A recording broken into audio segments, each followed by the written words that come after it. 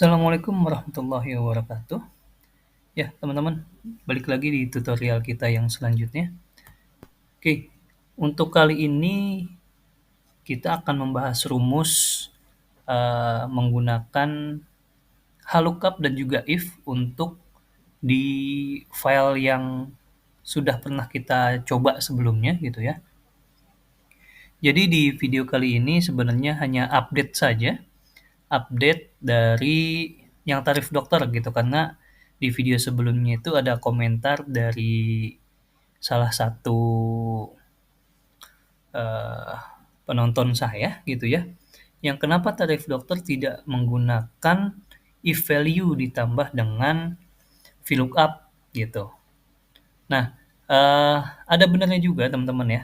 Jadi kalau misalkan kita pakai VLOOKUP plus if gitu ya, dengan if value itu jadi lebih ringkas sebenarnya teman-teman. Jadi teman-teman bisa nonton di video sebelumnya gitu ya untuk melihat perbedaannya seperti apa gitu. Jadi untuk video kali ini kita fokus untuk bagian tarif dokternya aja gitu ya teman-teman.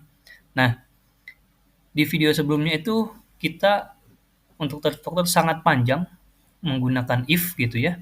Karena istilahnya kayak manual lah gitu. Nah, untuk di video kali ini kita hanya menggunakan VLOOKUP dan if, dan itu sangat berbeda gitu ya teman-teman dari video sebelumnya, jadi sangat ringkas gitu. Jadi teman-teman yang penasaran silahkan dilihat video yang sebelumnya, nanti linknya akan saya taruh di deskripsi gitu ya, atau nanti saya bisa taruh di samping dari videonya. Nah, untuk tarif dokter ini gitu ya, tarif dokter ini diambil dari perolehan dari tabel kamar ya, berdasarkan jenis kamar dan juga ringan atau beratnya penyakit gitu ya. Diambil dari dua ini teman-teman.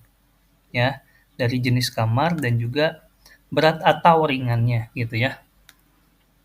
Nah, makanya kalau misalkan kemarin di video pertama itu saya cuma pakai if, jadi terlalu panjang gitu ya. Di sini akan menjadi sangat ringkas. Nah, oke. Di sini kita lihat tarif dokter sudah saya buatkan rumusnya gitu ya. Nah, di sini kita pakai VLOOKUP teman-teman ya, VLOOKUP.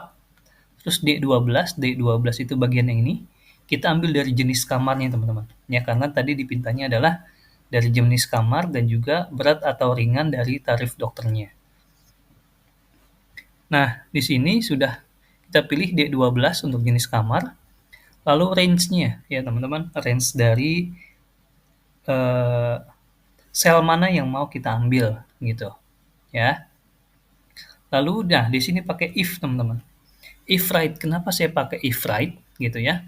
Karena kalau misalkan lihat di sini, nanti akan kita cari adalah berat dan ringannya nih teman-teman. Nah, kita akan tahu berat atau ringannya itu akan ada di sini nih, di bagian paling kanan ya, karakter paling akhir dari dari kolom C gitu ya. Nah, di sini kalau kayak B itu kan berarti tarifnya harusnya berat gitu ya.